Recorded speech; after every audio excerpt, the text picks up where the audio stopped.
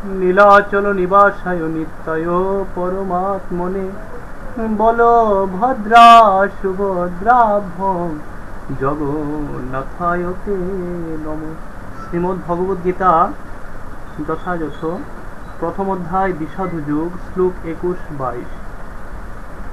অর্জুন উবাচ সেনয়ু উভয় মধ্যে প্রথম স্থাপয় মে অচ্যুত যাবত এতান নিরীক্ষে অহম যুদ্ধু কামান অবস্থিতান।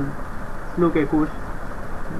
কই ময়া সহ যুদ্ধাবম অস্মিন রণ সমুদ্যমে। শ্লোক 22।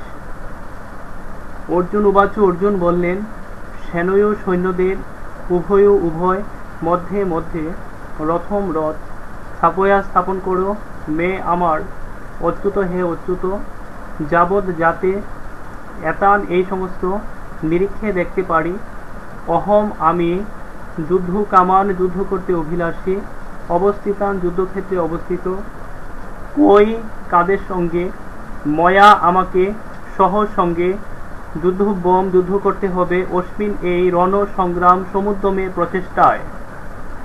গীতার গান। মহিপতে পাণ্ডু পুত্র কহে ঋষিকেশে উভয় সেনার মাঝে রথের প্রবেশে যাবত দেখিব এই যুদ্ধকামী গণে তাবত রাখিবে রথ অচ্যুত এখানে। দেখিবারে চাহিকে বা আসিয়াছে হেতা তাহার সহিত হবে যুঝিবারে সেথা। অনুবাদ। অর্জুন বললেন, হে অচ্যুত, তুমি উভয় পক্ষের সৈন্যদের মাঝখানে আমার রথ স্থাপন করো যাতে আমি দেখতে পারি যুদ্ধ করার অভিলাষী হয়ে কারা এখানে এসেছে এবং এই মহাসংগ্রামে আমাকে কাদের সঙ্গে যুদ্ধ করতে হবে। তাৎপর্য। যদিও শ্রীকৃষ্ণ হচ্ছেন পরমেশ্বর ভগবান, তবু তিনি অহৈতুক কৃপা বসে তার প্রিয় সখা অর্জুনের রথের সারথি হয়ে তার সেবা করছেন। ভক্তের প্রতি করুণা প্রদর্শনে ভগবান কখনো চ্যুত হন না, তাই তাকে এখানে অচ্যুত বলে সম্ভাষণ করা হয়েছে।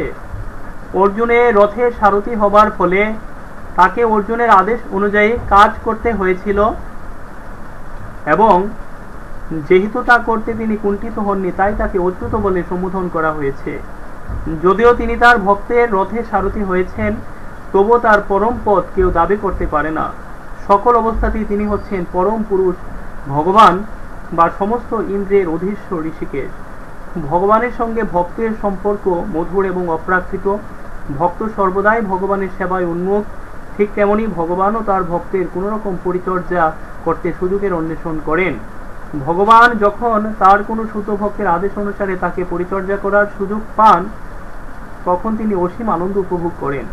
ভগবান হচ্ছেন সর্বলোক মহেশ্বর। যেহেতু তিনি হচ্ছেন প্রভু, প্রত্যেকেই তার আদেশের অধীন এবং তাই তাকে আদেশ দেবার মতো তার ঊর্ধ্বে আর কেউ নেই। কিন্তু যখন তিনি দেখেন যে কোনো শুদ্ধ ভক্ত তাকে আদেশ করছেন তখন তিনি দিব্য আনন্দ লাভ করেন। যদিও সকল অবস্থাতেই তিনি হচ্ছেন অভ্রান্ত প্রভু।